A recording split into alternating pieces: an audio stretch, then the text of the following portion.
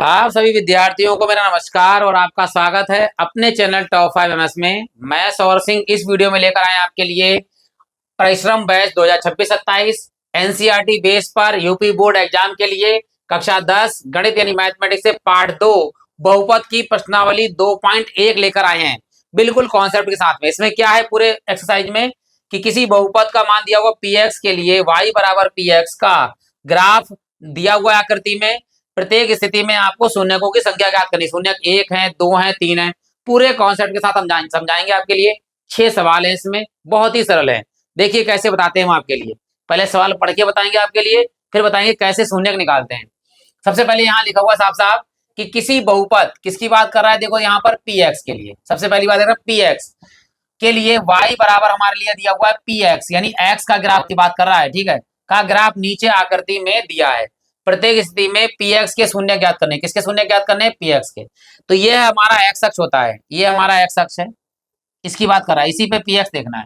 संख्या क्या, शून्यकों की संख्या क्या होती है, अगर कोई भी लाइन हो या कोई भी आकृति जो दे रखी है, वक्र दे रखा हो, कर्व किसी प्रकार का, वो अगर इस एक्स अक्ष को अगर एक बार छूता है तो उसके शून्यकों की संख्या 1 होती है। अगर वो 2 बार छूता है तो 2 होती है, 3 बार छूता है तो 3 होती है, 4 बार छूता है तो 4 होती है। यानी कि जो एक्स की बात कर रहा है px में, एक्स अक्ष को सॉरी एक्स अक्ष को कोई भी वक्र या रेखा जितनी बार स्पर्श करती है उतने ही उसके शून्यकों की संख्या होती है। अगर नहीं स्पर्श करता है तो उसके शून्यकों की संख्या कितनी हो जाएगी, 0 हो जाएगी। जैसे इस लाइन देखिए, ये लाइन ये जा रही है, ये किसको छू रही है, ये है वाई अक्ष।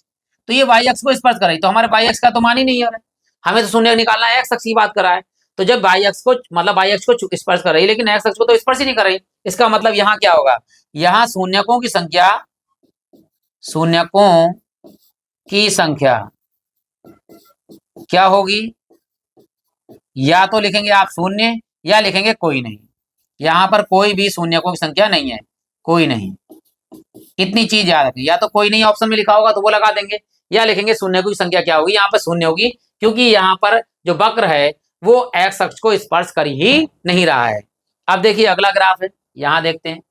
अगला ग्राफ ये प्रकार है, देखिए ये वक्र जा रहा है, इसने यहाँ पर तो वाई अक्ष छुआ है, लेकिन ना हमें एक्स अक्ष की बात हो रही है, तो एक्स अक्ष पर यहाँ छुआ एक जगह पर, ये एक्स अक्ष है, इस वक्र ने केवल एक्स अक्ष को एक जगह पर छुआ है।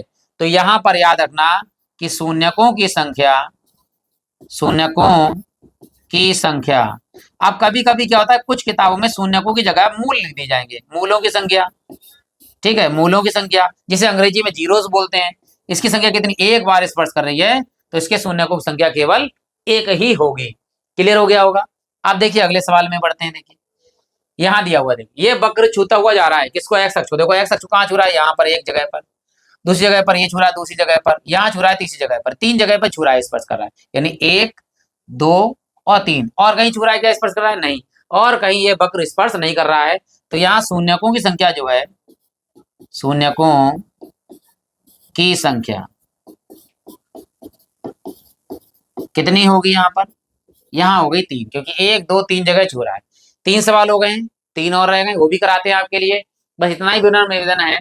अगर वीडियो अच्छा लगे तो आप लाइक करिएगा, कमेंट बॉक्स में कमेंट कर सकते हैं, प्ले लिस्ट में बाद में एक बार जाकर विजिट कीजिएगा। आपको इसी चैनल पर आपके लिए साइंस की, मतलब मैथ की और इंग्लिश की क्लासेस लगातार मिलती रहेंगी, और प्ले लिस्ट में है, आप वहां जाकर अपने हिसाब से विजिट कर सकते हैं। अगर आपको इसकी साइज 1.1, 1.2 देखनी है तब भी आपको वहां वो सब चीजें मिल जाएंगी, और बहुत सारी वीडियो मिलेंगे, अपनी सुविधा के अनुसार आप वहां पर देख सकते हैं। स्पीड को तेज कर कर, स्पीड को धीरे कर कर, अपनी सुविधा के अनुसार सेव करके जैसे चाहे वैसे देख सकते हैं। ठीक है, इसी में मिलेगा यूट्यूब पे, हमारा कोई अभी ऐप नहीं बना हुआ है, तो आपको फ्री बिल्कुल निःशुल्क जो है इसमें सुविधाएं मिलती रहेंगी पूरे साल लगातार। अब देखिए अगला प्रश्न है, ये दिया हुआ है यहाँ पर, देखिए ये वक्र है यहाँ पर, ये देखिए इस तरह से।